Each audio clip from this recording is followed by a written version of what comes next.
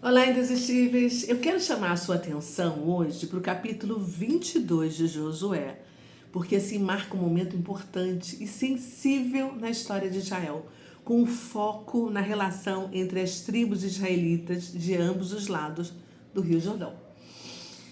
Ele explora questões de obediência, unidade e a importância de manter uma aliança com Deus, evitando assim conclusões precipitadas, né? E aí eu te convido a ler este capítulo comigo para a gente poder analisar e refletir sobre essas pontuações que são feitas aqui por Deus. Então, vambora? Eu já peço para você deixar o seu like e no final lembra de compartilhar com pelo menos uma pessoa que você ama. Então, vamos lá. Vamos ler essa Bíblia daqui, a Nova Bíblia Viva, e vamos começar. Josué, capítulo 22. Se você ainda não pegou a sua Bíblia, dá um pause aí, vá lá, pegue e acompanhe a leitura comigo. Bora! Josué convocou então os soldados das tribos de Ruben e Gade e da meia tribo de Manassés, dizendo o seguinte: vocês cumpriram tudo o que Moisés, servo do Senhor, ordenou e obedeceram a minha voz em tudo que ordenei a vocês. Vocês não abandonaram seus irmãos das outras tribos até o dia de hoje, mas tiveram cuidado de guardar o mandamento do Senhor, o seu Deus. Agora que o Senhor, o seu Deus, deu sucesso e descanso aos seus irmãos, como havia prometido, podem voltar para o território que receberam de Moisés, servo do Senhor. Olha o apelido que o Moisés recebeu, servo do Senhor. Do outro lado do Rio Jordão. Tenham cuidado, porém, em obedecer a todos os mandamentos dados por Moisés, servo do Senhor, na lei. O Senhor, o seu Deus, e digam o plano que ele tem para a vida de vocês. Obedeçam aos seus mandamentos e procurem estar sempre perto dele. Sirvam ao Senhor de todo o coração e de toda a alma. Assim, Josué abençoou todos eles e os mandou para casa. Moisés tinha dado o território de Bazã à meio tribo de Manassés, ao passo que a outra metade da tribo havia recebido terras a oeste do Rio Jordão, entre seus irmãos israelitas. Quando Josué despediu as tropas, abençoou os homens, dizendo: voltem para casa com todas as riquezas que ajuntaram, muito gado, prata, ouro, bronze, ferro e roupa, tudo em grande quantidade. Repartam tudo com seus irmãos. Assim, as tropas das tribos de Ruben, de Gade e da meia tribo de Manassés deixaram os outros israelitas em Siló, em Canaã, e atravessaram o rio Jordão, voltando para as suas terras em Gileade, de que tomaram posse de acordo com a ordem do Senhor por meio de Moisés. Assim que chegaram perto do rio Jordão, enquanto ainda estavam na terra de Canaã, as tribos de Ruben, de Gade e a metade da tribo de Manassés construíram um altar grande e vistoso junto ao Jordão. Quando os outros israelitas ficaram sabendo que as tribos de Ruben, Gade e a meia tribo de Manassés haviam edificado um altar na fronteira de Canaã, na região junto ao rio Jordão, do lado que pertence aos filhos de Israel, toda a assembleia juntou-se em Siló e se preparou para guerrear contra aquelas tribos irmãs.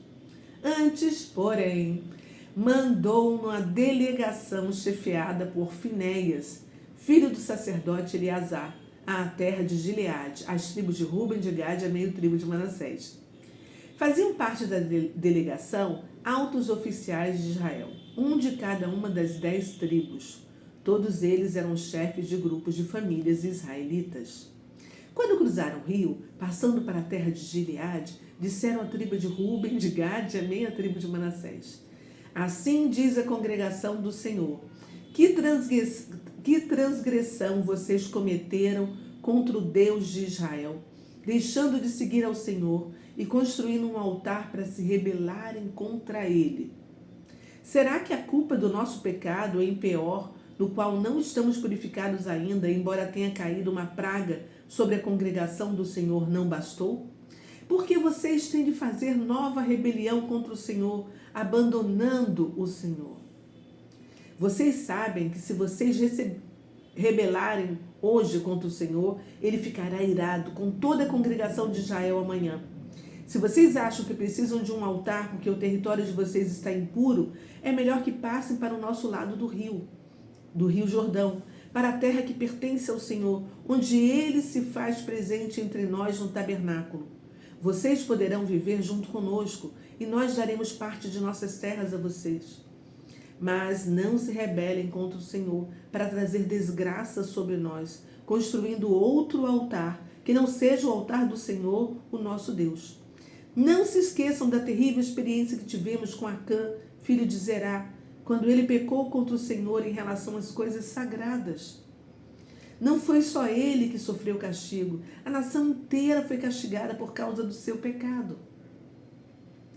Então, o povo de Ruben, de Gade e da meia tribo de Manassés respondeu aos chefes dos grupos das famílias de Israel: o poderoso Deus, o Senhor, o poderoso, o Senhor, ele sabe. Que Israel fique sabendo, se agimos em rebelião ou desobediência para com o Senhor, não nos deixe viver hoje. Se construímos o altar para nos afastarmos do Senhor e para oferecermos ofertas queimadas e ofertas de cereais ou ofertas de paz sobre ele, que o próprio Senhor nos peça para prestarmos contas disso. Pelo contrário, construímos o altar com receio de que amanhã os seus descendentes digam aos nossos: que direito vocês têm de prestar culto ao Senhor, o Deus de Israel? O Senhor pôs o rio Jordão como barreira entre nós e vocês, descendentes de Ruben e de Gade. Vocês não têm parte no Senhor. Assim, os descendentes de vocês poderiam levar os nossos descendentes a deixarem de adorar e servir ao Senhor. Por isso resolvemos construir o altar, não para as ofertas queimadas, nem para sacrifícios, mas para que esse altar sirva de testemunho entre nós e vocês e as gerações futuras, de que podemos servir o Senhor em seu santuário, com as nossas ofertas queimadas, os nossos sacrifícios e ofertas de paz. Então, amanhã, os seus descendentes não poderão dizer aos nossos: vocês não têm parte no Senhor. Nós dissemos: se amanhã disserem isto a nós e as nossas gerações futuras, então responderemos: vejam a cópia do altar do Senhor que os nossos pais fizeram. Ele não foi construído para ofertas queimadas nem para sacrifícios, mas como testemunho entre nós e vocês. Que não passe pelas nossas cabeças nos rebelarmos contra o Senhor, ou que o abandonemos construindo um altar para apresentar ofertas queimadas, ofertas de cereais ou outros sacrifícios além do altar do Senhor, o nosso Deus, que está diante do seu tabernáculo.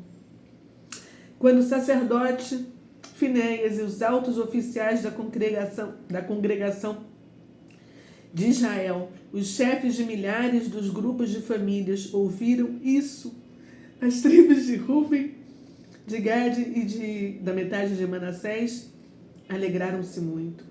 E Finéias, filho do sacerdote Eleazar, respondeu às tribos de Ruben, Gade e Manassés: hoje sabemos que o Senhor está no meio de nós, porque vocês não foram infiéis ao Senhor como tínhamos pensado. Com isso, vocês livraram os israelitas do castigo do Senhor. Então Finéias, filho do sacerdote Eleazar, e os representantes enviados voltaram do encontro com os homens de Ruben, de Gade e Gileade e voltaram à terra de Canaã, ao povo de Israel, e deram relatórios de tudo o que tinha acontecido. Estes se alegraram com o relatório e louvaram a Deus, e deixaram de falar em fazer guerra contra as tribos de Ruben e Gade, para destruírem a terra em que habitavam. O povo de Ruben e de Gade deram ao altar o nome de Altar do Testemunho, dizendo: este altar é um testemunho entre nós e eles, de que o Senhor é Deus. Uau, gente, eu até chorei, desculpa, viu? Me emocionei. Incrível, né?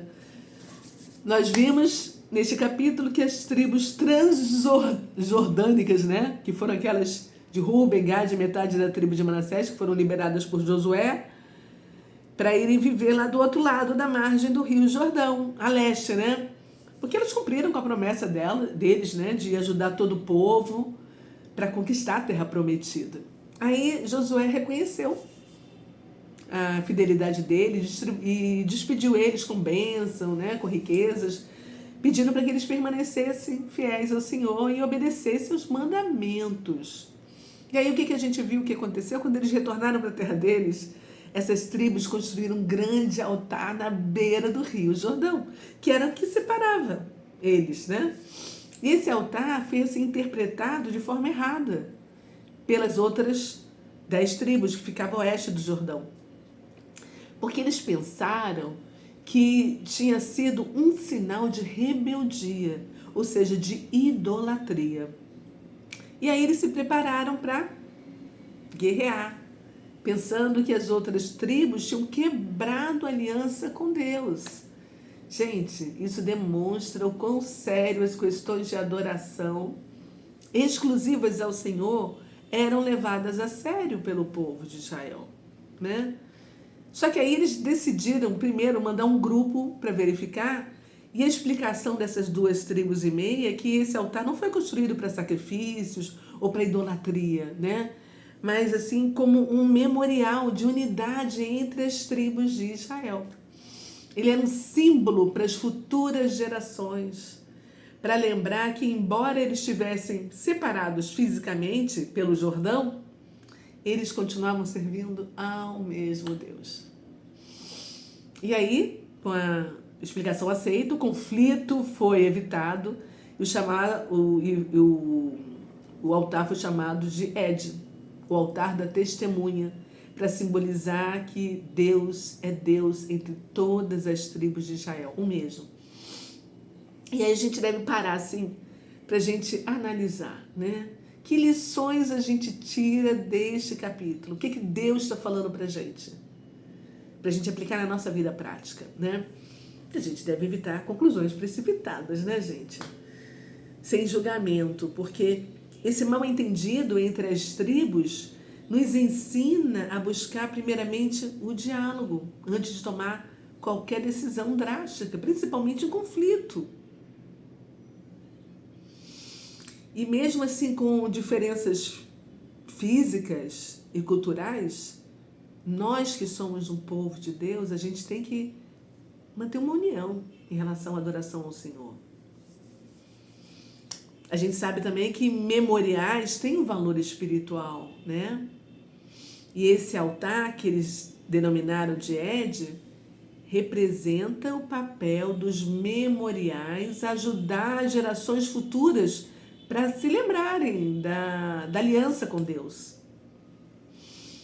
Porque tanto as tribos do lado oeste quanto do lado leste, elas estavam preocupadas em obedecer ao Senhor, apesar de todo o mal entendido.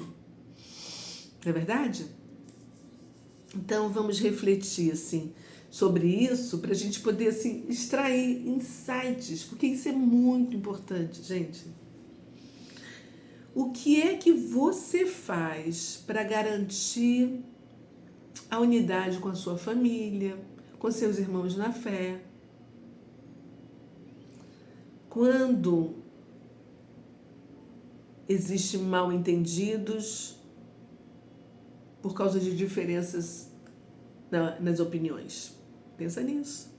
Isso é importante, né?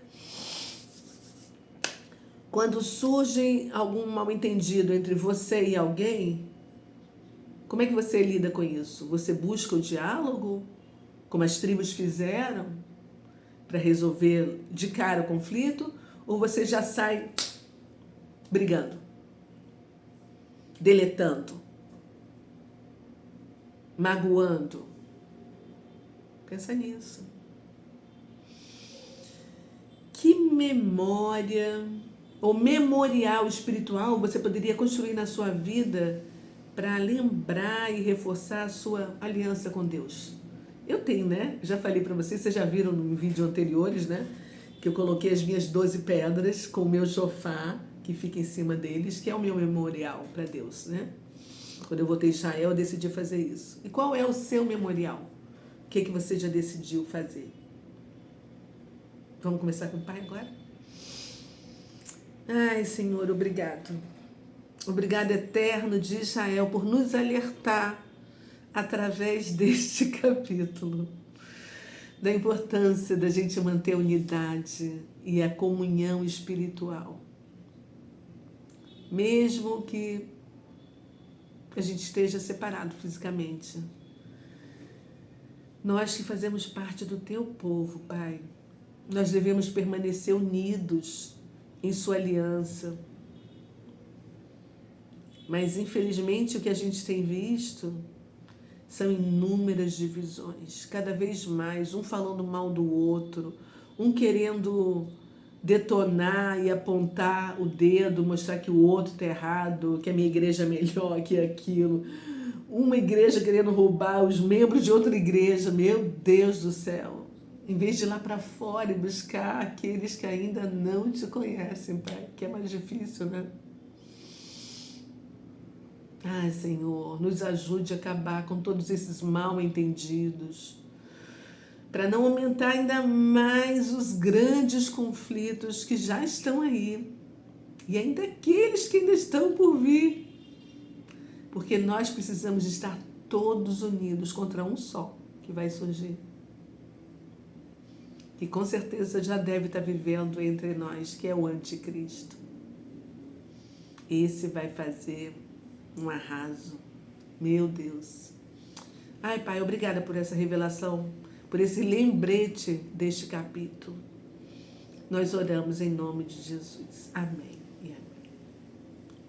Queridos, deixa um beijo para você. Se você curtiu o vídeo, deixa o seu like e compartilha com uma pessoa que você ama. É de graça, você não paga nada. Você só faz um bem e leva a palavra para alguém. Tá bom? E amanhã tem mais. Fui. Tchau.